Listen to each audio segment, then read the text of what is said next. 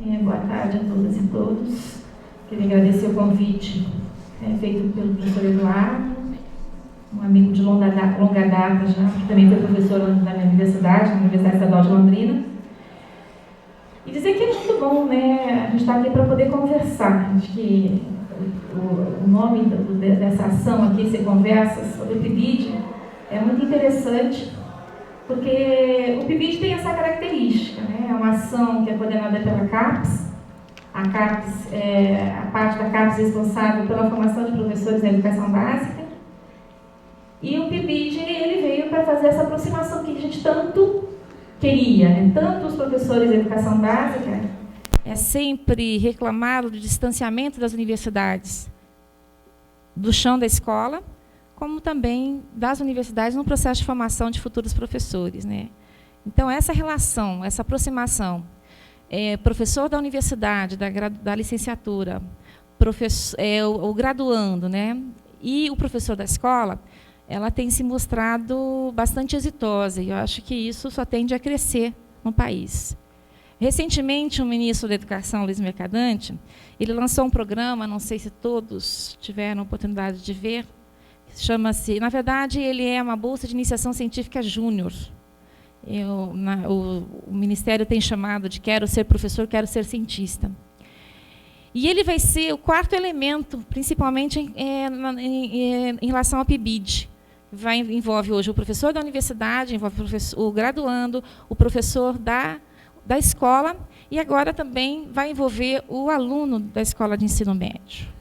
Então, em breve, deve ser lançado um edital, não só localizado em relação ao PIBID, mas também aos novos talentos e outras ações que o Ministério e a CAPES têm para a formação de professores, né, mas também envolvendo os alunos do ensino médio para se aproximarem das licenciaturas e conhecerem um pouco melhor as licenciaturas, né, e também aprofundarem o conhecimento específico em cada área do conhecimento, mas também para despertar o interesse dos jovens a serem professores, né? Acho que essa é uma demanda que a sociedade tem em relação a novos professores. Hoje nós temos, né, o Ricardo também acompanha isso, porque também já foi da secretaria, foi também do MEC, da CECADI, nós temos a única disciplina que nós temos hoje, com mais de 50% de professores licenciados no país, é matemática. Todas as outras são menos de 50% dos professores licenciados. Lógico que, agregado a isso, tem os que são bacharéis, que acabam sendo professores, e daí as demais licenciaturas ou outras formações, né, que acabam compondo esse quadro de professores no país. Temos ainda, em relação ao ensino médio, eu estou falando, né, ainda um número pequeno, mas ainda existem professores com curso de nível médio, que são professores na mesma etapa da educação básica. Então, é uma diversidade muito grande no Brasil, né? A questão da formação de professores. Então, o PIBID faz essa aproximação, e ela é importante porque não é só a escola que tem toda a razão em relação às reclamações que ela faz à universidade, mas também não é só a universidade que tem toda a razão na discussão do que a escola pública vem, não só a escola pública, mas todas as escolas vêm realizando. Então, essa aproximação ela é muito bem-vinda, ela é muito necessária, né? Eu até diria que ela supera um pouco a formalidade dos estágios das licenciaturas. Acho que nós gostaríamos que os estágios das licenciaturas fossem um PIBID, né? Onde o aluno tem um tempo maior para se dedicar, para estar próximo da escola e realmente conhecer o trabalho que ele vai ter, que está desenvolvendo enquanto professor. Então, acho que essa é uma característica, Ricardo, muito interessante, né? E que ela tende a ter uma ampliação realmente no país, né, essa aproximação. Então, superar a forma do estágio, da gente, não estou dizendo que todos fazem assim, mas uma boa parcela, eu como sou professora de uma universidade, de uma licenciatura também, os alunos vão para o estágio nas escolas e observam o que está acontecendo, trazem as suas observações para dentro da universidade, e há um diálogo muito no que a escola está errando, né?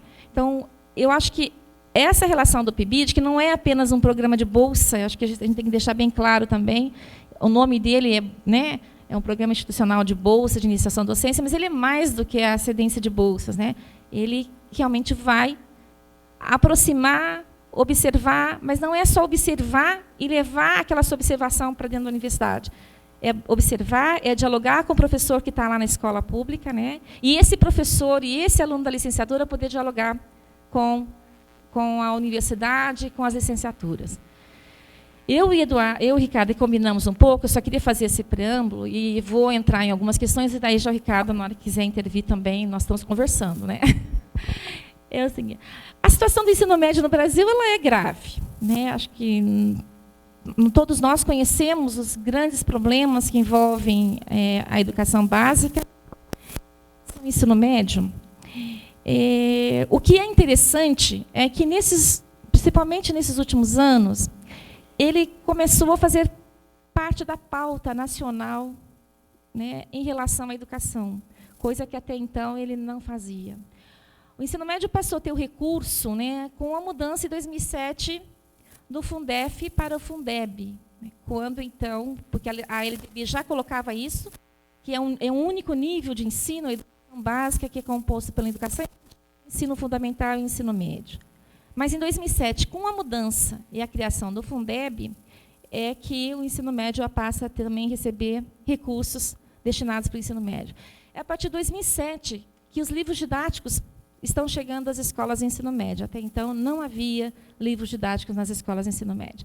É a partir de 2007 que as escolas de ensino médio passam a ter também direito à alimentação, porque as escolas a mesma escola que tinha o aluno do ensino fundamental e o aluno do ensino médio, os recursos eram destinados só para os alunos do ensino fundamental. Então, 2007, eu acho que é um marco interessante no sentido de ampliação do direito à educação básica, né, a ampliação desse direito. Então, acho que isso mostra que a sociedade começa a olhar com mais atenção para o ensino médio. Porque, se nos anos 90, nós tínhamos, no início dos anos 90, cerca de 3 milhões de jovens e adultos no ensino médio, hoje nós temos 8 milhões e 400 mil jovens, né? Mas temos aí um grande problema, porque os jovens de 15 a 17 anos que deveriam estar no ensino médio, eles são apenas 52% dos jovens matriculados hoje, desses 8 milhões e 400. Então, em torno de 5 milhões são jovens de 15 a 17 anos e o restante são acima de 18 anos. Temos mais de 3 milhões e 400 mil jovens que estão retidos no ensino fundamental, né, que não conseguiram ainda chegar ao ensino médio, né, que já têm a idade superior, né, a 15 anos e que estão retidos no ensino fundamental. Então, o desafio é grande, né? Se nós pensarmos que a Constituição foi alterada recentemente, né, e que nós temos até 2016 para fazer a universalização do ensino médio, no caso, por conta até os 17 anos, nós temos mais de 50%, em torno de 50% desses jovens, ou que estão no ensino fundamental, ou que estão fora da escola. Então, o primeiro desafio é esse. Como dar conta da universalização? Como dar conta desses jovens que não estão conseguindo chegar ao ensino médio, que estão retidos há muitos anos no ensino fundamental?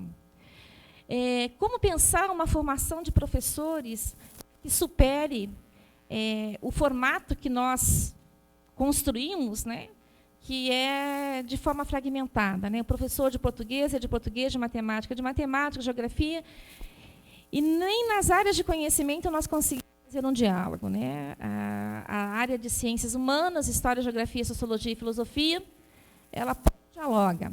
Então, quando a gente vê, que é o outro desafio que está colocado, que muitos dizem que são muitas disciplinas no ensino médio, são 13 disciplinas, que são muitas disciplinas, mais do que a quantidade de disciplinas, porque a ciência está organizada dessa forma, é a sobreposição de conhecimentos. Então, acho que é um dos pontos que eu queria trazer para a nossa conversa, né? Nós temos aí hoje uma discussão que ela está dentro da escola, ela está na sociedade, ela está no Congresso Nacional, ela está nas instituições privadas, discutindo que ensino médio é esse que nós queremos. E um dos pontos passa pela universalização, o segundo o que está colocado é um número muito grande de disciplinas. Ao meu entendimento, de que nós temos uma sobreposição muito grande de conhecimentos e de conteúdos que a escola acaba desenvolvendo. Então, como superar isso?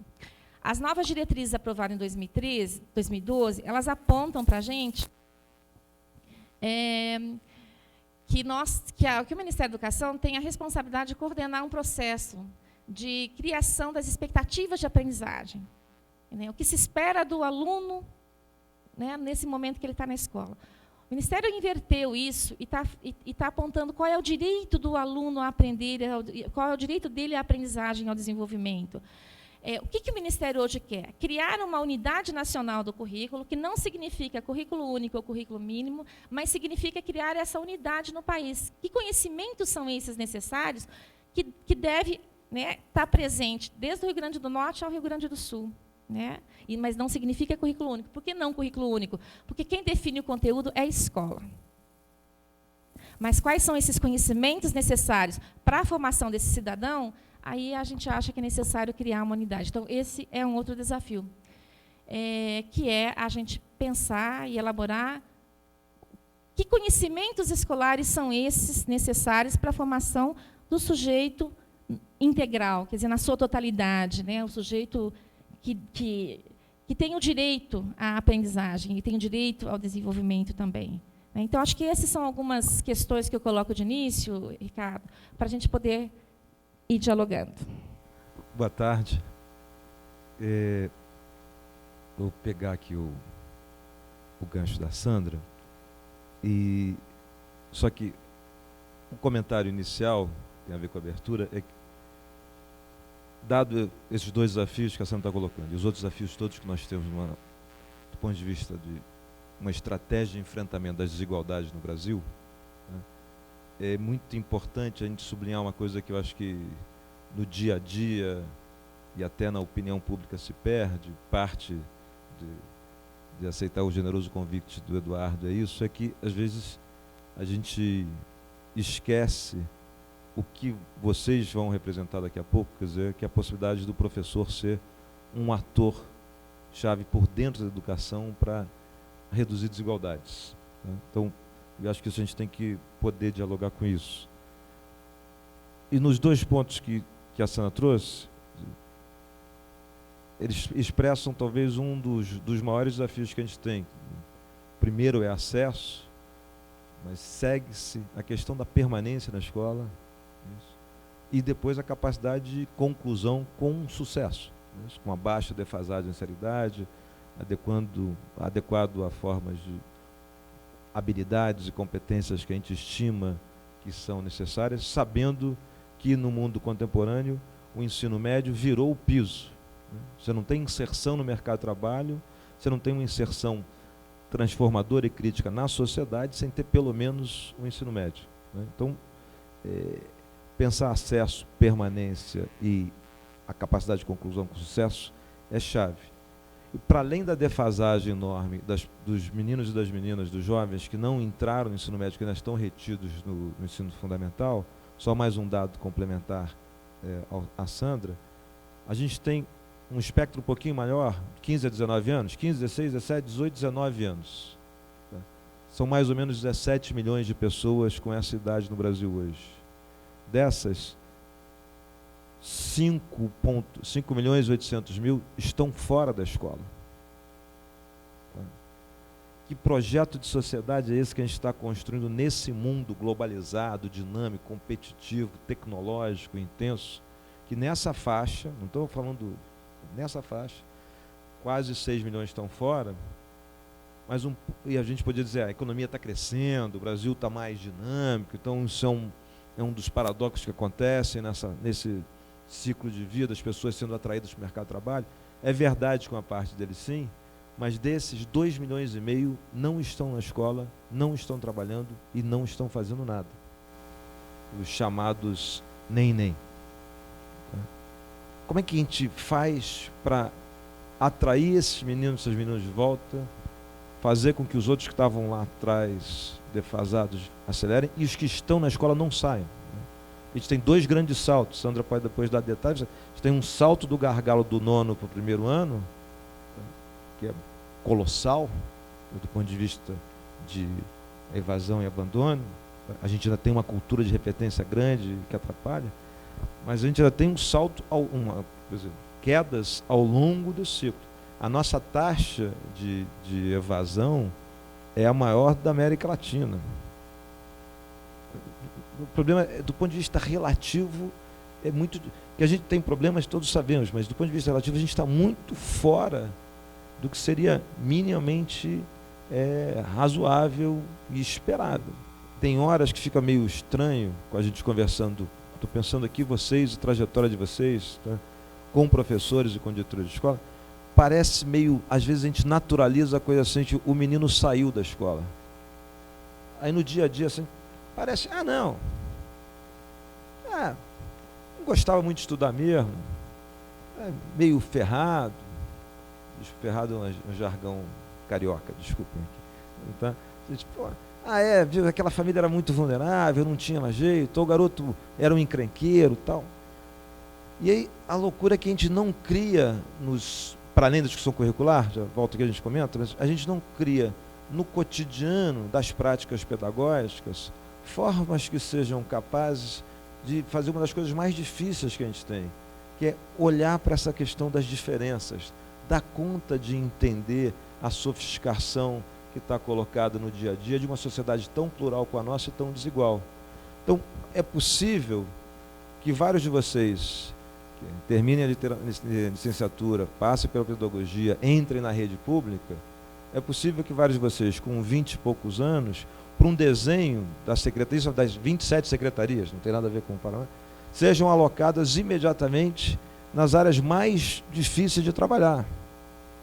O que é um enorme desafio, porque não necessariamente, eu não sei como é que está aqui na Federal do Paraná, mas, em geral, a gente tem um problema dentro das universidades, que é ter pouca aderência ao cotidiano. E vocês são aqueles que estão com mais aderência de todos que estão sendo formados no cotidiano. Isso é a força do programa. Agora, entrar com 23, 24, 25 anos para ser professor dentro de uma favela, com todas as condições de vulnerabilidade social que a gente tem, com todas as questões do cotidiano da sala de aula, mas do cotidiano do entorno, das famílias que estão ali colocadas, com uma visão que, imagino que vários de vocês estudaram em escolas privadas, não necessariamente passaram por escolas públicas. Está sendo o primeiro momento que vocês estão entrando em escolas públicas. Não sei quantos de vocês já entraram em favelas antes de estarem dentro do espaço do cotidiano escolar de vocês. Vocês entrarem nisso com um certo mundo um pouco idealizado de escolas, que vocês vão fazer o plano de ação de vocês, da disciplina, de química, de física, de biologia, em torno de uma ideia dos alunos mais fáceis de trabalhar, possivelmente numa escola em que a diretora ou diretor fez um processo de enturmação, botando os alunos mais fáceis todos numa turma, tá certo? Ou os melhores alunos, sei lá o que seja, esses critérios de enturmação, em que você já na enturmação produz ou reproduz a desigualdade que tem fora. E vocês tendo que molar uma aula que funcione e pensando o processo que é. A quem é que segura aqui isso que eu estou querendo passar? Eu estou cheio de gás em língua portuguesa, em biologia, e vou montando essa aula, que é uma aula que é muito legal, certo? Mas que está descolada da complexidade que está ali na sala de aula. A gente já começa a fazer algo que eu estou brincando aqui, que é um naturalizar com o aluno que saiu, e é um naturalizar com não ver, por um lado, a potência, mas a sofisticação que ele dá com essas diferenças numa sociedade tão desigual. Então, essa coisa que está no dia a dia de vocês, que é quase um pêndulo de diálogo com a possibilidade de reduzir a desigualdade, a gente tem uma cultura institucional que acaba fazendo com que a gente fique distante disso. Última alegoria, é absolutamente comum, não aqui no ensino médio, mas nas primeiras turmas do ensino fundamental, a gente ficar idealizando aquele aluno, isso, aquela coisa. Achar que aluno bom é aluno obediente, aluno bem comportado, aluno cheiroso. Isso. Isso não tem isso. Ou até tem, né? Mas é um grupo desses alunos que estão ali dentro, você começa a organizar o cotidiano deste ambiente de ensino-aprendizagem em torno de um subgrupo daquela escola, daquela sala, que expressa, essa agenda acaba expressando uma cultura que está meio impregnada no nosso dia a dia de reprodução de desigualdades. Então, no ensino médio, quando você vai e aí, concordando com a Sandra, a quantidade em si, eu acho até que é muito, mas o problema é que é enciclopédico, disciplinar e absolutamente redundante, né? A gente não tem uma cultura, por exemplo, de trabalhar a partir de problemas ou a partir de grupos, né? Essa ideia de que você faz um plano de aula para aqueles alunos que são mais fáceis, não é um plano de aula que eu estimulo o trabalho de grupo, que eu coloco, estou brincando evidentemente aqui, né, os mais fáceis com os menos fáceis, juntos, né? Eu não tenho no cotidiano regular, é possível que vocês estão no PIBID, tenham tido outra experiência, mas no cotidiano regular do processo de formação dentro das licenciaturas e das pedagogias, a cultura de trabalhar a partir de problemas. Eu trabalho a partir só das disciplinas. Então, não produzo na sala de aula formas de interrogação que permitam com que aquele menino, que não é aquele tão bem comportado, né, lembra, uma sociedade hiper preconceituosa, masculinizadora, em torno de ícones de poder e violência totalmente masculinos. Eu idealizo uma estrutura de obediência que produz relações de subordinação, feminilizando essas ideias de subordinação, definindo que a menina bem comportada é o certo ideal. Aquele menino que não é tão bem comportado, que é meio fora daquela amarra, se tiver um trabalho de grupo, traz parte dessa energia para gerar soluções quando eu estou pensando em problemas. Se for só para resolver aquilo que do ponto de vista disciplinar está dado, ele está correndo atrás. E eu começo a gerar uma máquina que naturaliza a desigualdade e vê que aquele que não poderia aprender, não aprende mesmo. Eu faço uma coisa de um certo vaticínio, né? Todos sabemos um dos riscos, Sandra esteve muito mais em sala de aula do que eu, vendo isso, o hábito de você entrar numa sala de aula e, a partir da primeira interlocução, congelar posições, aquele que vai ser o bom aluno, aquele que será o aluno do problema X, aquele que será do problema Y, e vocês têm na mão um instrumento absolutamente fantástico do ponto de vista se for bem usado, mas absolutamente perverso do ponto de vista se for mal usado, que são provas, e as provas podem simplesmente virar uma profecia autorrealizadora. E, ao final do processo, aquilo que você supôs que teria sido o comportamento dos seus alunos se torna o comportamento dos seus alunos. Então, só que,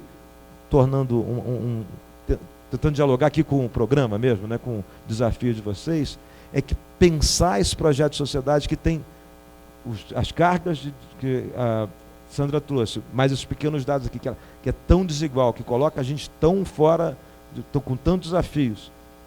Se a gente não estiver atento para isso, no nosso cotidiano, cheio de boas intenções, totalmente éticos, dedicados, mergulhando, podemos ser atores que naturalizamos essa estrutura de desigualdade e veremos isso virar um ciclo. Quer dizer, para além das macropolíticas, não é isso? Se a política não for muito boa, ela atrapalha. Mas, estou pensando aqui no cotidiano de vocês, a gente começa, e aí a coisa mais perversa, para a Sandra comentar, é achar que aquele rapaz, vou fazer aqui uma coisa muito do meu cotidiano de anos de trabalhar em favelas, que o rapaz negro que tem 17 anos e que estava quase ali, estava no segundo ano, ia ficar, abandona, a gente acaba achando assim, mas isso mesmo, tinha jeito, ele ia embora. Então, a loucura que ficou isso, e como é que a gente pode estar atento a isso, repensando isso, e obviamente fazendo as grandes críticas para mudar, algumas diretrizes políticas que podiam mudar, mas nesse dia a dia, como é que enquanto a gente não tiver um currículo que vá na direção que a Sandra está colocando, que ele tenha elementos comuns, que eu possa fazer algumas coisas mais de composição, trabalhar com objetos que não sejam só disciplinares, a gente vai caminhar nisso, mas como é que a gente pode, meio que, desculpem se eu estou jogando muito mais para o dia a dia já ter respostas que a gente possa, nessa escola, dar uma mudada, porque vocês são um pouco de oxigênio disso. Tá? Vocês vão ter um problemaço daqui a pouco, e alguns de vocês vão ser excelentes professores de química, de biologia ou de educação física, e daqui a alguns anos vocês vão virar diretores. Aí, de repente, você sabe tudo de educação física, tudo de química, e bota na mão de vocês um negocinho que tem 700 alunos ali dentro. E aí, como é que eu faço um negócio desse? Como é que eu lido agora com uma instituição como essa? Então, a quantidade de problemas, em bom carioquês, de encrencas que vocês vão ter pela vida, é enorme. Então, por outro lado, eu tenho uma radical convicção e esperança que é nesse espaço do ambiente escolar que a gente pode ser, talvez, o vetor mais ativo aí de reduzir desigualdades. Nós que somos mais velhos, acho que vocês já são bastante jovens, acho que muitos aqui saíram recentemente, inclusive, do ensino médio. Nós achamos que nós entendemos da juventude, porque nós já fomos jovens um dia. Não é verdade, né? Primeiro que existem juventudes. Quando o Ricardo traz esse exemplo, né, lá do Rio de Janeiro, porque ele está no Rio de Janeiro, então a favela lá é uma coisa bem... todo o país, mas lá é mais presente, mais assim, perto da gente mesmo, né? É uma juventude. Não é, quer dizer, não é uma juventude só que está lá dentro, são juventudes diferentes, são juventudes diferenciadas. E que a gente tem que também passar a compreender isso, ver como é que a gente trata isso no interior da escola. Então, juventudes, discutir a juventude, entender a juventude, é um processo também de formação de professores. Os professores também têm que ter esse desprendimento, né, de poder dialogar, de poder entender essa juventude. Não para tornar a escola mais atraente, né, mas que ela seja atrativa, porque vai haver um diálogo, né? Nós não vamos, porque a escola está muito distante hoje da juventude, né? A juventude ela dialoga com outras ferramentas tecnológicas e nós continuamos proibindo o celular na sala de aula. Não que o celular tem que tocar e a gente tem que ficar atendendo o celular, mas o celular hoje ele é muito mais do que um telefone, por exemplo, né? E nós temos uma dificuldade ainda no Ministério chega nós, eu não falo que nós no Ministério, vocês não imaginam quantas ideias boas, né, entre aspas, a gente recebe por dia, principalmente para proibições ou para a criação de novas disciplinas, principalmente do Congresso Nacional. A gente responde semanalmente pelo menos 10 propostas novas de disciplinas no país. E não são só as obrigatórias, como... né, ultimamente acaba acontecendo. É criação mesmo, de tudo que vocês possam imaginar de disciplinas. E, ao mesmo tempo, a gente está discutindo, e esse mesmo está discutindo que existe um excesso de disciplinas, que a gente tem que discutir isso. Mas eu queria colocar outro elemento. Quando o Ricardo traz a questão da diversidade, ontem eu estava num grupo de trabalho do ensino noturno. Ele começou para discutir o ensino médio noturno, e ele se transformou em ensino noturno. Por quê? Porque todos nós sabemos fazer um diagnóstico do ensino noturno. Qualquer um de vocês aqui tem certeza que vão pegar o microfone e pode dizer qual é a situação do ensino médio noturno, ensino noturno no país, né?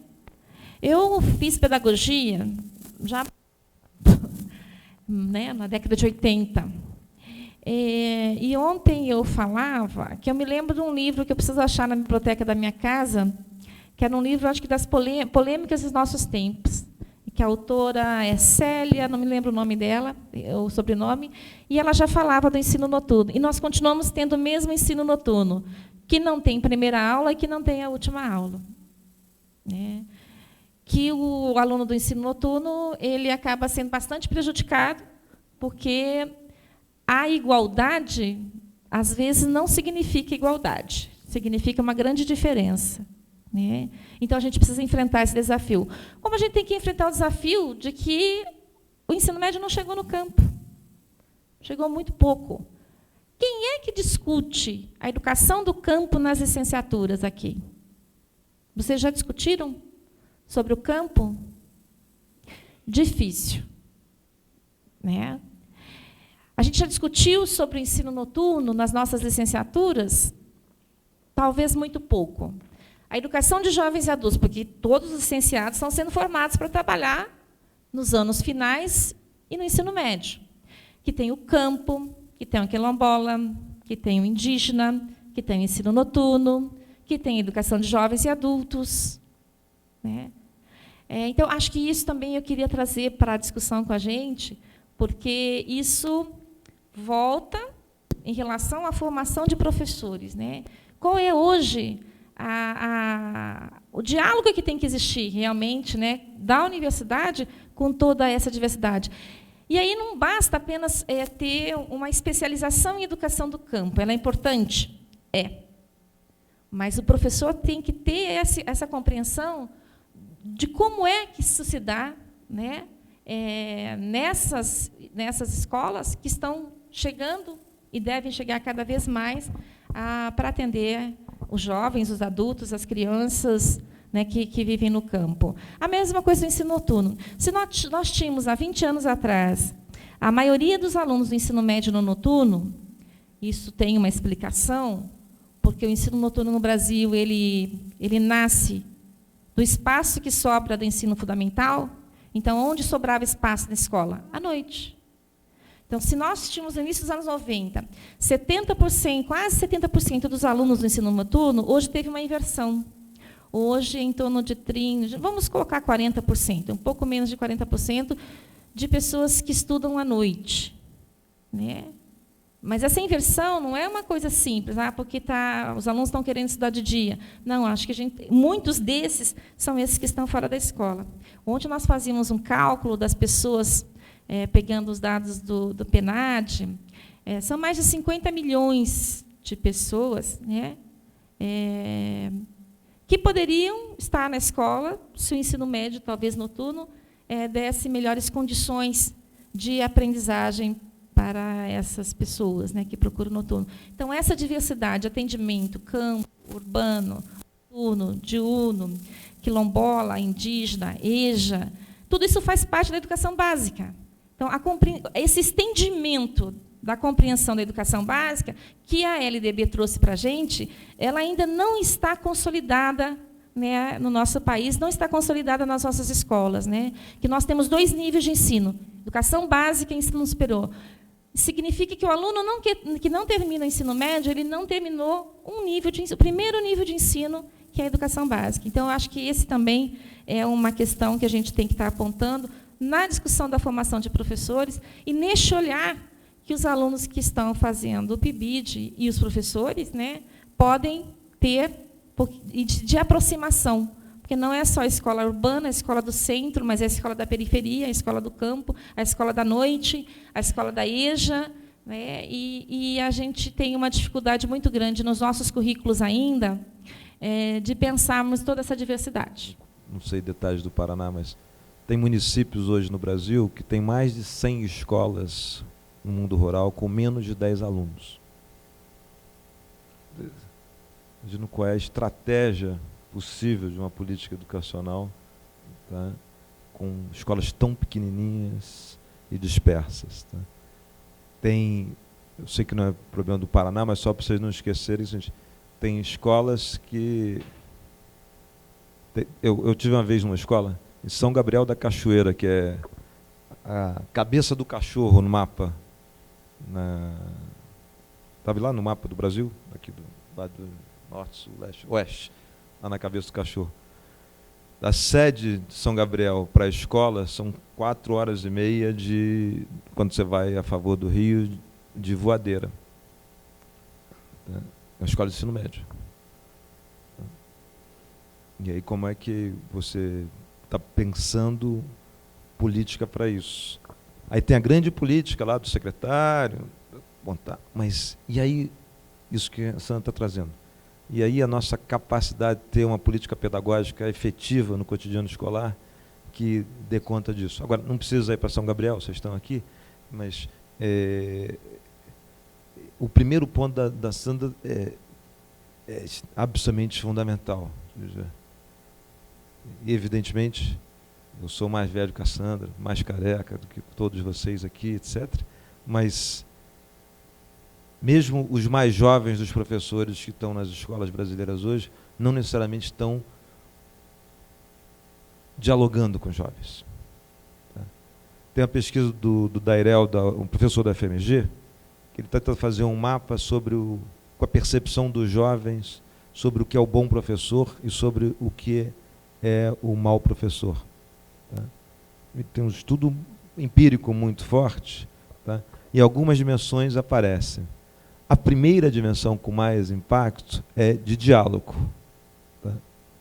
Tanto do ponto de vista do acolhimento, né, que é um ponto, como do entendimento sobre aquilo que pode ser aderente, pertinente, relevante no dia a dia. Gente, não tem a ver com o conteúdo do que ele está dizendo, tem a ver com o modo que ele transmite o conteúdo, que evidentemente o professor detém, frente à possibilidade de fazer a interlocução com aquele jovem. Entendendo isso que a Sandra falou, porque juventudes não é só a juventude urbana frente à rural, não é só a urbana diurna frente à urbana noturna, que já é um baita de um problema. Tá? Mas é no interior, imagino que o grosso de vocês, no interior, onde vocês vão trabalhar, no interior da mesma escola urbana. Juventudes com trajetórias de vida, com expectativas, com visões de futuro muito diferentes. Infelizmente, parte dessa juventude, sobretudo as que já saíram da escola em idades que não deveriam estar saídas, sem projetar futuros. E parte dessa ideia de estabelecer diálogos e uma escuta forte com os jovens é como construir dentro do set do ensino-aprendizagem, dentro do ambiente do set de ensino-aprendizagem, possibilidade de construção de futuros, de projeção de futuros adequados às trajetórias de vida e às expectativas de cada um. A Sandra estava falando do celular, o problema não é só mandar... digitem no YouTube qualquer coisa, qualquer variante sobre tacar celular. Vocês já fizeram isso alguma vez? Não? Vocês já viram arremesso de celular? Não que vocês fizeram, vocês já viram no YouTube. Digita qualquer coisa, variante disso, a quantidade, isso não é Brasil não, é mundo, tem no Brasil, tem, quantidade de professores e professoras que pegam o celular e arremessam o celular. Tá? Muitas vezes nos alunos e, felizmente, a maioria não é nos próprios alunos, mas às vezes nos alunos, mas arremessam na parede, isso é uma série, vejam e depois me mandem um e-mail sobre isso, tem umas que são absolutamente patéticas, umas coisas tem de todos os tipos, mas é um limite da coisa do... Evidentemente é insuportável você estar dando aula e tocar o celular, tá certo? Essa ideia de olhar para os jovens não é uma posição de submissão frente a isso, ao contrário. Mas a dificuldade que a gente tem, vários professores no mundo inteiro, de tentar entender qual é o diálogo com esse instrumento, que é o instrumento do cotidiano. E como é que você cria uma relação de confiança para que... não fica conversando no celular, como é que você estabelece isso? Mas isso tem alguma coisa a ver com os modos de escutar e de dialogar. Essa pesquisa desse professor da FMG, ele segue, além do diálogo, ele começa a percepção. Isso não é uma visão técnica, erudita, de análise do espaço de aprendizagem, é de percepção dos jovens. Tá? A segunda dimensão que aparece é como é que eles veem a motivação do professor, é diferente do diálogo, para a aula, que tem a ver com a preparação da aula, tem a ver com os instrumentos que ela usa e com a capacidade desse professor dar conta de elucidar dúvidas. Tá certo? Só no fim, e é fundamental, aparece pontualidade e presença. Tá? Obviamente, professor que não aparece, né? Todos reconhecem, mas as percepções todas dos jovens nessas pesquisas estão associadas ao seguinte: tem espaço para o diálogo? E o desafio que a gente tem como professor, é possível transmitir conteúdos a partir da produção desse diálogo e não a partir do encastelamento erudito, iluminado, em que eu tenho algo a revelar em termos de saber para esse jovem? Porque o problema não é você ter o saber, o problema é como produzir esse espaço de interlocução. O problema, eu entendi aqui a Sandra quando fala, é bom transformar ela em atraente ou atrativa, mas o que ela está falando, não adianta fazer uma sala espetáculo ou uma escola espetáculo. O problema é como você atrai no sentido de produzir brilho nos olhos e algum interesse. E às vezes se dá de forma muito fugaz. Tá? E lembra aquele número que eu falei? 2,5, quase 2,6 milhões de jovens entre 17 milhões de jovens. Não é possível, estatisticamente não é possível, que sejam 2,5 milhões de jovens irracionais. Tá certo? Não há como, no universo de 17 milhões, ter 2,5 milhões que resolvem, entre 15 e 19 anos, não fazer nada. Não é possível, não tem como, a não ser que a gente tivesse produzido uma sociedade no Brasil completamente fora de qualquer percepção minimamente contemporânea. Então, tem algo, não é só isso, mas tem algo que essa escola não faz com que ele sinta algum vínculo ali dentro. Qualquer vínculo. E que a gente sabe do cotidiano, de novo, ser careca ajuda a fazer isso, ser careca por passar do tempo, é que basta um pequeno vínculo. Não é o grande vínculo com a causa da transformação do destino da humanidade.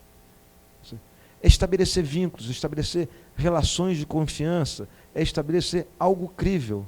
Agora, não dá para ser crível uma estrutura que o professor está ali e você diz o seguinte para uma criança, e depois vai contando isso ao longo da jornada.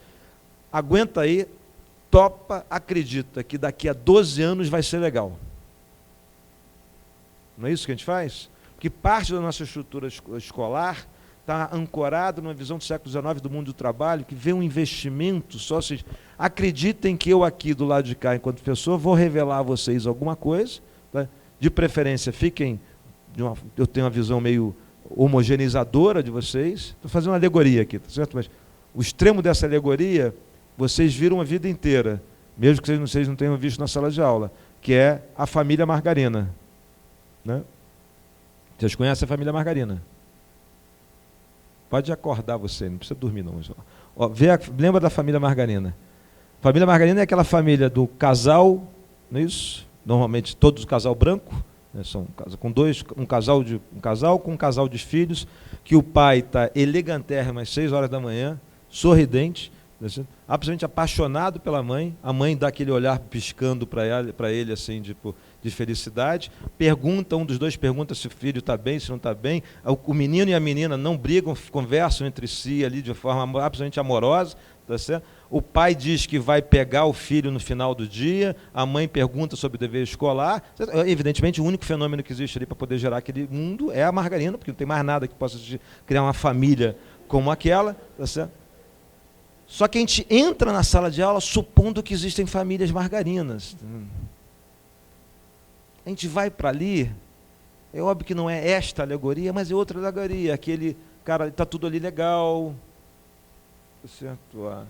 Como se tivesse uma estrutura familiar ainda tradicional dentro das famílias daqueles meninos que estão ali, que está todo mundo empregado, os pais estão empregados, que está estabilizada a questão da saúde, que não tem o problema de saneamento básico, que eu não tenho problema de violência, então se eu lido com um grau de abstração, não estou falando de nenhum de vocês especificamente, tá certo? Mas como regra, que é um grau de abstração que não olha para isso que a senhora está dizendo, não dialoga, não tem uma escuta forte, não vê a diversidade, nem no seu cenário mais radical do ponto de vista de vulnerabilidade, não é isso? De viver num ambiente muito violento, com extermínio, que seus pares próximos foram assassinados em algum momento, seu primo, sua tia, seu irmão, certo? Que a renda familiar sua é garantida só pela aposentadoria da avó, certo? Que você tem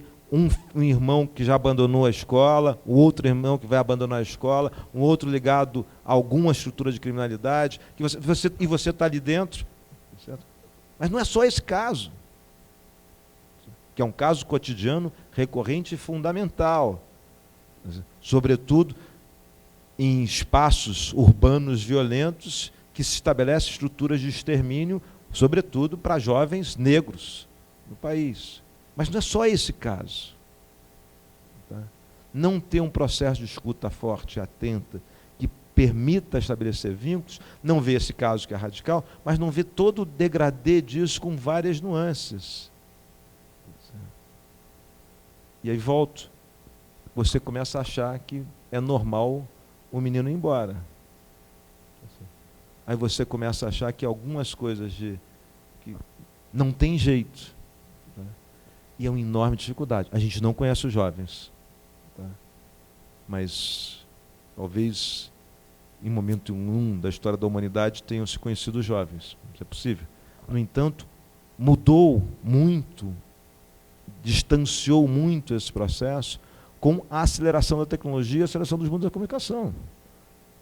Os apelos para o processo de aprendizagem dado que a gente sabe que a educação não se esgota no espaço escolar, não é isso? Se dá na família, se dá na rua, os apelos para aprender o que quer que a gente possa discutir sobre, estão dados de várias fontes. Se eu não conseguir produzir ali, nesse ambiente da escola, modos que são aí na linha que a Santa estava falando, que sejam capazes de ver essas diferenças, que sejam minimamente interessantes, eu não vou caminhar. Tá? E tratar todos por igual só reproduz as desigualdades. Se eu não entender aqueles meninos do ensino noturno, saber o que os motiva, tá? Se eu não entender que essas diferenças têm força, se eu não entender, talvez a coisa me parece a mais interessante disso, eu me calo aqui, é que nessa sociedade tão perversa, que produziu tanta desigualdade, se fez uma equação louca, que é achar que o desigual é o mesmo que o diferente. O pessoal da licenciatura é com uma relação de identidade, não é uma relação de igualdade, como se fossem 3 tracinhos, desigual, idêntico a diferente. Numa sociedade que acha que igual é o mesmo que o diferente, só lhe resta, enquanto sociedade, atuar sobre a pobreza, porque é um interdito atuar sobre a desigualdade. Tá? Tem uma possibilidade de a gente quebrar essa equação e dizer assim, isto não é verdade. Esse axioma aqui não é verdadeiro. Desigualdade não é o mesmo que diferença. E talvez seja a coisa mais curiosa que a gente tem na mão, que vocês vão ter no dia a dia de vocês, é a força da diferença na mão. E a força da diferença talvez seja o melhor caminho para reduzir a desigualdade. No entanto, para usar isso como força, eu tenho que estar com uma escuta muito forte. Tá? Eu tenho que estar com uma atenção muito forte, sabendo que a vida de vocês também vai ser complicada, não é isso? Não é ali, não é Madre Teresa de Calcutá sentada dando aula. Tá? É vocês com um cotidiano absolutamente avassalador, consumindo vocês com várias angústias existenciais, econômicas, filosóficas, afetivas. No entanto, naquele momento, isso é talvez uma das maiores magias do processo da educação. Naquele momento, vocês como professoras e como professores, têm na mão a possibilidade de acionar essa diferença e fazer dessa diferença um espaço criativo.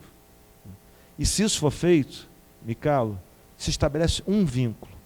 Qualquer vínculo no espaço de ensino-aprendizagem muda trajetórias de vida. Qualquer. Não precisa pensar em nada exageradamente sofisticado. Que qualquer vínculo estabelece uma relação de confiança e, a partir de uma relação de confiança, você vai puxando esse fio de meada, tá certo? Para, evidentemente, para a menina e para o menino aprender o que a gente acha que tem que aprender, passar pelos processos formais que tem que passar, mas para poder sair dessa... E é nessa viradinha que eu não só deixo de achar que é normal o menino sair da sala e abandonar a escola, como eu passo a ver ao contrário, a força diferente de dizer, pô, esse cara tem a enorme potência de fazer uma mobilidade social enorme, grande. E lembra, parte deles, aqueles 2,5 milhões, me calo aqui mesmo, 2,5 milhões que não estão na escola, não estão estudando, é impossível, volta para a estatística, é impossível que entre eles não estejam alguns daqueles que seriam os nossos melhores médicos, nossos melhores engenheiros, os nossos melhores professores, nossos melhores advogados, nossos melhores geógrafos, nossos melhores historiadores. A gente está abrindo mão dele. Não tem como, no universo de 2,5 milhões, não ter muita gente melhor do que a média. Não tem como, naquele grupo, não ter algumas pessoas que seriam os nossos melhores. E, evidentemente, se eles ficarem fora da escola, se eles não voltarem, se a gente não conseguir fazer isso no dia a dia, eles não serão. Mas eles teriam sido, se a gente fizesse só isso. Traz para dentro da escola e dá um vínculo. O só, evidentemente, é muita coisa, né? Fazer isso. Cara, e a gente não pode achar, tornar isso uma coisa como se fosse natural, que um se destaque no meio de tantos. Acho que a gente tem que superar isso na sociedade brasileira. Quando a gente vê que aparece na televisão que um aluno da escola pública, lá não sei lá de que cidade, não sei como, conseguiu se destacar, ele foi lá para competir uma Olimpíadas da Matemática, lá não sei aonde, nos Estados Unidos. Que isso a gente... não, a gente tem que superar isso. Não é isso que nós queremos. O direito é para todos. Né? E eu queria colocar uma última coisa, depois eu não sei como é que o Ricardo vai conduzir, gostaria muito de a gente poder conversar daí agora com vocês. são as condições, porque tenho certeza que na cabeça de todos nós passa. E aí, quais são as condições para que a gente possa desenvolver isso, né?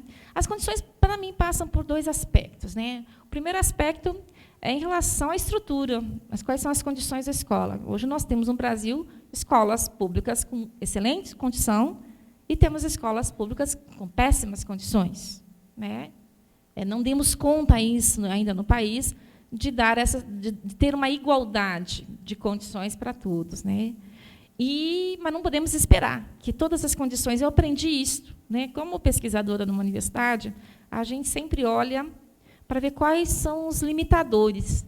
Quando eu estive na gestão do governo do Paraná, eu aprendi que não basta a vontade política, mas que a persistência e a gente não esperar que as condições todas estejam dadas, mas que elas estejam sendo dadas, não que a gente vai esperar, mas a gente ficar esperando que a melhor escola seja construída para que a gente possa ter a melhor educação, não vai acontecer. Então, as coisas elas têm que ir caminhando juntas. A melhor escola vai acontecer se a gente conseguir conquistar que essa escola realmente tenha trabalhado, né, naquilo que é a sua essência, que é a formação dessas pessoas, dos sujeitos, né? Que ela consiga que o acesso, a permanência e a efetiva aprendizagem ocorra na escola, né? Mas ela é necessária, não estou dizendo que ela não é necessária. As condições elas têm que ser ampliadas, né? Eu acho que numa grande maioria das nossas escolas. Mas, ao mesmo tempo, nós temos escolas bem preparadas enquanto infraestrutura e, às vezes, elas não representam, né, o trabalho que a escola desenvolve e ela não condiz com a estrutura que ela tem. Então, isso a gente tem que olhar bem para essas questões, para a gente também não se iludir que só as condições elas vão mudar a educação. Não é a infraestrutura apenas que vai mudar, é mais do que isso que tende a mudar. E também as condições dos profissionais da educação, é óbvio, né? Alguns meses atrás, acho que foi no começo desse ano, o pessoal da Finlândia esteve aqui no Brasil e pediram para fazer uma conversa, um seminário no Ministério da Educação para dialogar entre Brasil e as propostas deles. E daí, você sabe que eles, né, são, nas avaliações internacionais, eles estão, né, muito bem. E o que eles nos disseram? O que mudou na Finlândia? Não tem nenhum método mágico, não tem nada diferente do que a gente possa estar desenvolvendo no Brasil. O que mudou foi que a sociedade de lá, quando já estava no fundo do poço, definiu que a educação era prioridade no país, e ela passou a ser prioridade no país. Né? Não prioridade porque algumas pessoas querem, porque a sociedade quis que isso fosse. Então, a construção da autonomia das escolas, né, de salários, de carreira, isso mudou porque a sociedade quis que mudasse. Né? Efetivamente, ela quis que mudasse. Quer dizer, as pessoas nos seus locais definiram que a educação era prioridade. Nós temos um caminho longo em relação a isso ainda. Apesar de a educação no Brasil ter avançado muito, e não é porque eu estou no Ministério da Educação que eu não faço essa avaliação, nós temos muito que avançar ainda no país. Acho que as pessoas... Outro dia eu estava vendo uns dados e vi que, na época que eu fiz ensino médio, não vou falar nem o ano para vocês, nós éramos 500 mil jovens que faziam ensino médio no país. Olha como a gente era a elite da elite, né? Olha, 500 mil jovens. É óbvio que a população era menor, mas o acesso à escola ele era muito mais difícil. Quando o ensino fundamental a gente diz que praticamente ele universalizou, é óbvio que viria uma demanda para o ensino médio dessas pessoas para continuarem estudando. E aí nós, enquanto sociedade, enquanto gestores públicos, enquanto escola, não estávamos preparados ainda para atender isso. Isso mostra que, recentemente, algumas políticas públicas foram voltadas para o ensino médio, que é o caso da mudança do Fundef para o Fundeb, e, daí, consequentemente, várias ações. Né? Agora, também tem... não poderia deixar também de colocar que existe uma outra coisa. Nós temos um programa nacional para incentivar as escolas a fazerem currículos, diferenciar os currículos, né, superar o currículo tradicional da escola, como ela está organizada. E aí a gente vê coisas muito interessantes quando a escola tem que parar para pensar. Quer dizer, essa motivação é um programa chamado Ensino Médio Inovador, vocês podem acessar na página do Ministério. Ele faz uma provocação para que as escolas, uma indução para que as secretarias estaduais, as escolas discutam currículo. E, para isso, passa um recurso para a escola de forma autônoma, não vai para a Secretaria de Educação, vai através do programa Dinheiro Direto na Escola, para a escola definir o que ela vai fazer com aquele recurso. Como é que ela vai dar materialidade para aquele currículo? Ela quer mudar alguma coisa, o que ela precisa para dar materialidade? E aí eu falo que tem uma tal de EVA, né, que ela é o que a mais escola acha, talvez, que seja importante para o trabalho pedagógico. EVA nada mais é do que o EVA, aquele emborrachado. Acho que deve ter uma indústria disso no país grandiosa, porque não é possível. Toda escola, em qualquer canto do país, ela quer comprar muito a EVA. Eu falo que esquece do Adão, só a EVA. Mas estou citando esse exemplo por quê? Por que ela vai comprar esse material emborrachado, ou ela vai comprar a cartolina, o pincel atômico e tal? Porque, tradicionalmente, nós trabalhamos com esse tipo de material na escola. Eu sou da época, eu acho que talvez vocês são muito mais jovens, mas vocês também vivenciaram isso na escola, do jornal mural. Quem é que fez jornal mural na escola? Por favor, erga a mão. Não, acho que os mais jovens já não fazem mais jornal mural. Que bom. Mas por quê? Por que eu estou dizendo isso? Porque a escola, ela pode, ao invés de comprar cartolina e pincel atômico, ela comprar uma filmadora, um retroprojetor. Retroprojetor não, retroprojetor antigo. Data show. Um data show, ela pode. Então, ao invés de ela fazer um jornal mural, ela pode fazer com que o aluno pesquise, né, sobre o assunto, que ele vai ter que escrever, não é por isso que ele não vai deixar de escrever, mas que ele possa usar um instrumento, uma ferramenta que é muito mais interessante para o aluno. Eu tenho visto assim, algumas coisas que têm surgido das escolas. Aqui eu estou tentando lembrar a escola aqui de Curitiba e não consigo. Mas, se vocês entrarem num portal chamado Portal em Diálogos, que é da Universidade Federal Fluminense, com a Universidade Federal de Minas Gerais, e aqui a Federal do Paraná também está participando, que é um portal que o Ministério da Educação também financia, que é um diálogo com os alunos e com os professores do ensino médio. Eles fizeram, ano passado, um prêmio para... os vídeos, um prêmio, lançou, era o que o aluno achava da sua escola, uma coisa assim, não vou me lembrar. E coisas muito interessantes a gente pôde ver, né, do que o aluno pensa da escola. E daí não foi um trabalho separado do aluno, foi um trabalho articulado entre disciplinas, né, de português, da arte, e vários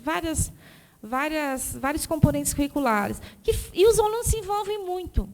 Então, quando eu falo que uma escola não é que ela tem que ser atraente, atrativa, fica nesse... É no sentido que o Ricardo estava colocando, uma escola que vá dialogar com questões e metodologias que se diferencie do que constantemente a gente vê fazer na escola, né? Eu tenho um filho de 12 anos e vejo no meu filho de 12 anos, no 7º ano, eu tinha uma expectativa muito grande que mudasse um pouco as questões das escolas, mas vejo ainda o formato, né, das aulas, da avaliação, que não consegue superar muito aquilo que é tradicional. Avaliar não significa prova, né? Avaliar é muito mais do que uma prova, do que uma nota numa prova, né? Avaliar significa a gente poder ter uma base da onde o aluno está e o que a gente tem que fazer para que esse aluno possa avançar. E a gente continua tendo um mecanismo de avaliações. Existem coisas muito melhores hoje, mas ainda existem, no mesmo espaço, na mesma escola, né, formas muito tradicionais e formas já bastante avançadas em relação a isso. Então, a questão das condições então, passa pela infraestrutura, passa pela formação e passa também pelo reconhecimento dos professores e de demais funcionários, que também a escola não são só professores. E o reconhecimento passa por entender que o trabalho do professor é um trabalho importante, que nós não temos como substituir o professor, como em alguns Em alguns momentos também foi discutido, né, que a tecnologia poderia substituir o professor. Não substitui o professor, né, não substitui. E também no sentido de que também a gente tem que estar valorizado, né, isso passa por uma carreira, passa por condições de trabalho e passa também pela questão de salário. Mas isso eu entendo que nós, enquanto sociedade, temos que valorizar a educação para que realmente a gente seja reconhecido. Eu, a semana passada, estava numa viagem, e a professora Cássia Quenza, que é professora aposentada dessa universidade, ela me mandou uma mensagem, que ela foi minha orientadora, e disse assim: estou no meio de uma batalha. Né? Ela estava no Rio de Janeiro. Perto do hotel que ela estava, ela ouvia polícia, helicópteros, e etc. e tal, naquele momento que estava tendo lá a manifestação dos professores em relação à carreira deles lá no Rio de Janeiro. Né? E o sentimento que a gente teve, tirando as questões das pessoas que foram lá, que não tinham nada a ver e tal, mas o sentimento que a gente acaba tendo, e minha mãe era professora, né, foi professora, e eu lembro, na minha cidade, que é Ibiporã, uma cidade pequena aqui do interior do Paraná, vizinha Londrina, o reconhecimento que os professores tinham na sociedade, coisa que a gente foi perdendo ao longo do tempo, e que a gente precisa reconquistar.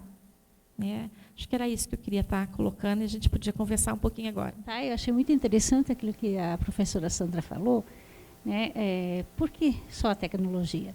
Então, eu trabalho num colégio e que nós desenvolvemos um projeto com poesias. E a nota fica sempre em segundo plano.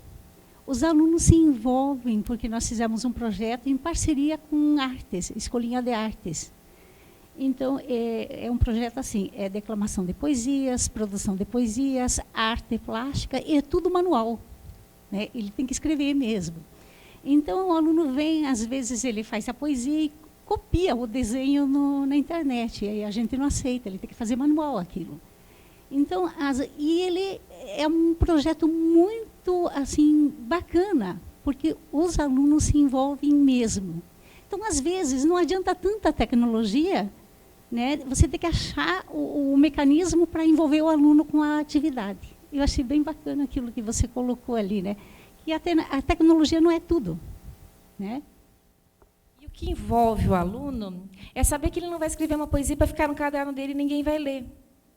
Né? Porque o professor vai ler, os outros vão poder ler essa poesia. Isso diferencia uma escola. Agora, o cara vai ter que aprender poesia. Né? E aí? Né? Aqui que ele pode ser um aluno que consiga, né? Que tem essa coisa do trabalho. Todo mundo tem potencial, né? A gente tem que partir disso também. A gente vai desenvolvendo, né? Agora, isso é importante. Quer dizer, ele vê um objetivo naquilo que está fazendo. Ele não está fazendo só para escrever no caderno e depois aplicar isso numa avaliação, numa prova, né? É isso que é a gente pensar diferente. Só dar um exemplo, por acaso, numa escola em Campo Grande, tá?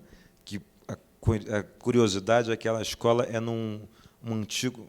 Como é que é aqui? FEBEM, como é que é? Qual é o nome de quando você faz regime de pré-liberdade assistida para jovens? Como é que chama? Não são prisões, são meninos que ficam... Poxa? São Paulo era FEBEM, no reformatório, bem, pouco importa. Mas só que eu estou lhe falando, a arquitetura era essa, então um lugar muito difícil de trabalhar. A diretora é uma pessoa absolutamente genial, muito difícil, fisicamente não tem nenhum espaço de convivência, era tudo como se fossem pequenas células que teve... Então, é um lugar, do ponto de vista da infraestrutura, não é um problema de saneamento, mas é muito difícil. A professora de português lá fez o que você está colocando trabalhando com poesia e tal. Durante 2 anos, mobilizou a garotada inteira. Parte do recurso do programa que a Santa está colocando, do ensino médio inovador, a gente tem uma parceria, um instituto com eles, trabalhando, e é por isso que eu conheço, ela publicou durante 2 anos seguidos 2 livros, publicado como livro, sobre poesias dos alunos, que dá exatamente isso que a Santa está falando. Porque os meninos começaram a trocar, o primeiro já foi concorrido, o segundo era assim, era coqueluche, comoção da escola. Todo mundo queria. A mesa dos professores era com os manuscritos, eles fizeram uma toalha com os manuscritos dos meninos das poesias que eles fizeram. E ela fez uma coisa absolutamente inovadora, que criou esse negócio, e o finalzinho da história que atraiu foi o seguinte: é tão legal, vamos publicar no primeiro ano. E no segundo ano virou todo mundo queria participar e brincar. E é isso, todo mundo é criativo. O problema é como é que você puxa e vai fazendo. Desculpa, é só um exemplo que eu vi. Isso. É isso, exatamente. Tá? Bom, professora Odete, por favor. Bom, antes de tudo, eu gostaria de parabenizar a fala dos convidados, né? É sempre bom a gente estar num grupo falando sobre o PIBID, discutindo sobre ele. Eu gostei muito, professora, quando você coloca a questão da importância do estágio se aproximar do PIBID, né? Eu vejo que hoje a gente tem dentro da universidade, eu sou professora da UEPG, trabalho com o curso de pedagogia, e o quanto muitas vezes o estágio ele se distancia. O aluno vai lá rapidamente, faz uma inserção e volta. E o aluno do PIBID ele tem uma outra visão, ele passa a olhar o professor de uma outra forma, encara a escola de forma diferente, e aquelas críticas que muitas vezes surgem nas discussões do estágio não surgem tanto no PIBID, porque ele tem um tempo maior para refletir sobre aquilo que está acontecendo na escola, né? Então, eu acho isso muito importante. Mas eu gostaria de ouvir de você... bom, primeiro eu tenho uma curiosidade, que é em relação a esse dinheiro que vai para a escola, quando você fala assim, as escolas compram bastante a questão da EVA, né, como você coloca, ou do pincel atômico e tal. Esse dinheiro que vai para a escola tem autonomia para comprar a filmadora, comprar o data show? Porque, por exemplo, quando eu falo em recurso, o PIBID, ele não tem autonomia para comprar essas coisas. A gente acaba tendo uma verba bem significativa de material de custeio, que é a cartolina, o papel, né? E uma verba bem pequena, nós tivemos no ano passado R$8.000, que, nossa, não dá para comprar quase nada, né? Quando a gente vai fazer a conta, né, quer comprar. Então, eu queria saber se nas escolas, né, que o dinheiro vai, se esse valor é mais significativo. Mas a questão maior que eu gostaria de ouvir é como é que vocês, o Ministério, estão vendo a participação desse aluno do ensino médio, né, como um bolsista júnior que vai ingressar no programa do PIBID? Né? Como é esse desenho, como é que ele está se fazendo? Bom, né, eu fui professor, é que eu falo que eu fui porque eu não estou, né? Mas muito tempo de estágio, e a nossa grande discussão era essa, porque a escola nem queria mais estagiário na escola, né? Por quê? Porque a gente ia lá, olhava, e chegava lá, o professor ia colocar todos os problemas, apontar o dedo, todas as feridas. Com o PIBID é diferente, porque o professor da escola faz parte desse processo de discussão. Eu tive outro dia em Santa Catarina, e uma professora já, talvez com bastante anos, com certeza com bastante anos de magistério, ela levantou, era uma discussão sobre o PIBID na Universidade da Fronteira Sul, Universidade Federal, e ela disse assim, eu fui resgatada, professora, eu fui resgatada de novo para a educação, porque eu estou vendo com outros olhos agora. Uma professora da escola que era bolsista junto com o grupo da universidade. Eu acho que tem que aproximar cada dia mais. Não adianta que a imposição da forma como o estágio é de cumprir, ele é cumprir carga horária, né? E não tem essa aproximação. Com relação ao PDDE, é de autonomia da escola. É óbvio que é uma divisão de valores de custeio e de capital. É claro que isso também tem, né? Mas é de autonomia da escola, né? Se ela quiser comprar um ar-condicionado, nós vamos deixar ela comprar o ar-condicionado, mesmo achando que talvez não fosse a principal coisa que ela precisaria na escola, mas nós vamos deixar ela comprar o ar-condicionado. Agora, mas é um exercício. A professora Nora, da Unicamp, que discute ensino médio, uma vez, numa entrevista comigo, ela me disse, mas eu não acho que não sei, acho que o PDDE não é uma boa coisa para a escola, porque a escola não sabe gastar o recurso.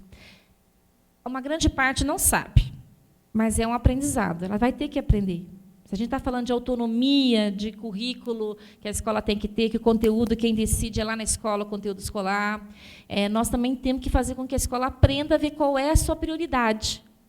Porque nós estamos falando de currículo, é para materializar um currículo. Será que o ar-condicionado ele é um equipamento necessário para materializar o currículo? Pode ser que seja. Depende de onde nós estamos falando que essa escola quer comprar esse ar-condicionado. Pode ser que seja. Pode ser que seja que a EVA, que eu fico tão implicada com ela, o EVA, ele seja necessário, sim, naquela escola lá do campo, que é uma ferramenta que eles podem ter, porque lá não tem internet, porque lá não tem isso, né? Então, não é uma coisa contra a outra, mas é que a escola possa realmente fazer essa reflexão e ela tomar decisões. Não é uma tarefa fácil tomar decisão na escola, porque a gente vê... E não é um recurso pequeno para uma escola, né, que começa com R$30 mil para uma escola de 100 alunos e vai a R$140 mil para uma escola de mais de 1.000 alunos. Então, a escola, se ela se estruturar bem, ela pode ir ano a ano pensando. Então, assim, hoje, nós não temos um laboratório de química. Vamos conseguir, o que é básico para um laboratório de química? Ela pode fazer isso. Ela fala, mas o professor não sabe, porque vocês têm professores de química, física, biologia aqui, mas os professores, quando chegam nas escolas, não sabem lidar com laboratórios de química, física e biologia. Quantas escolas têm? Que também muitas escolas não têm, né? Porque não é e transformar o laboratório não só de química, de física, de biologia, mas a aula de português, da matemática, da geografia, da filosofia, em ambientes. Não é, a gente tem que superar o modelo de laboratório, daqueles laboratórios que o aluno vai lá de vez em quando, que é fechado às 7 chaves. A sala do professor de química tem que ser a sala de aula. E lá vão ter algumas ferramentas que vão possibilitar ele fazer essa relação teoria e prática. É isso que a gente tem que almejar para as nossas escolas. Que a aula de português, ela não é um laboratório no modelo que a gente tem, mas ela tem que ter um ambiente que ela propicie isso, o exemplo que a professora colocou aqui, que ela propicie. A sala de artes, ela tem que ser um ambiente onde o aluno possa mexer com a argila, com a tinta, com todas, né, tudo que dá a questão da música, porque, por exemplo, a artes não é só a música. Hoje está sendo discutido no Congresso. Foi um equívoco colocar a questão só da música. Né? Se a gente quer tornar obrigatório, a gente tem que tornar obrigatório que as artes elas sejam trabalhadas na escola, seja a arte cênica, seja a música, artes plásticas, etc. E tal. Não é só a música que tem que ser obrigatória na escola, tem que ser toda a forma, né, de arte. Então, é possível a escola fazer essas escolhas e fazer essa definição, sempre sabendo que uma parte maior sempre vai ser para custeio. E hoje, por exemplo, o ensino médio inovador, até por uma insistência de do Instituto Unibanco, que trabalha com alguns estados em relação a isso, a monitoria dos alunos do ensino médio. Né? A possibilidade de ter monitoria nessas ações também dos próprios alunos do ensino médio. E isso foi o que nos inspirou, não, porque eu acho que isso estava colocado há muito tempo, mas nos colocou um novo gás também para a gente pensar que o aluno do ensino médio poderia se aproximar também das universidades ou ficar mais tempo na escola, né, tendo uma bolsa de iniciação científica ou iniciação docência, ligado não só ao PIBID. Acho que eu falei aqui no começo, eu não vou me lembrar todos os programas, mas é o PIBID, é o Novos Talentos, que é aquele programa que faz uma formação junto às escolas, né? Deixa eu ver, tem mais algum que eu não vou me lembrar agora. Mas aproximar por quê? Porque a gente quer... O professor da escola tem que ficar responsável por esse aluno, mas esse aluno vai fazer essa aproximação com a universidade. Abrir. É lógico que nem todos os lugares têm universidade, como nós temos o privilégio de ter aqui, e também regionalmente no estado do Paraná, que nós temos várias universidades estaduais. Mas que a escola possa também propor isso, né, de iniciação científica, que hoje existem no Paraná. A gente sabe que tem o Fundação Araucária, ela tem algumas bolsas para o aluno no ensino médio, CNPq também tem, e a gente precisa avançar. E isso possibilita essa mobilização do aluno também no sentido da permanência dele na escola. Nós temos que criar cada vez mais mecanismos de permanência do aluno na escola. Não pela obrigatoriedade, porque agora vai ser obrigado até os 17 anos, a família tem que colocar o seu filho na escola, mas porque ele veja que ele terminar o ensino médio significa ele terminar a educação básica, e significa que ele possa ter mais possibilidades, seja de se inserir no mundo do trabalho, seja para continuar estudando. E não é uma coisa em detrimento da outra. Eu acho que nós estamos conseguindo superar uma coisa que é muito cara para nós, professores, que o ensino médio não seja só para formar para o mercado de trabalho ou para fazer vestibular. Nós temos que formar a pessoa para que ela possa fazer isso também. Ela possa continuar os seus estudos de qualquer forma, e ela possa também se inserir no meio do mundo do trabalho de forma autônoma, né, conhecendo mais esse significado. Então, é nesse caminho que a gente tem trabalhado, né, insistentemente para isso. Agora, a questão do... Né, voltando a falar da Bolsa, Está sendo feito o edital ainda, não está pronto, né? Está em discussão com a Secretaria Estadual de Educação. Também vai ser chamado, foi chamado, depois nós tivemos que suspender. Como que chama o fórum das licenciaturas? Tem um fórum, não tem? Forgrade. O Forgrade também vai ser chamado para discutir esse edital, para ficar mais próximo da ligação. Porque não adianta também, tem que ter uma ligação muito estreita com as secretarias de educação dos estados e com as escolas. Acho que isso vai ser um elemento muito importante também para a aproximação da escola e universidade.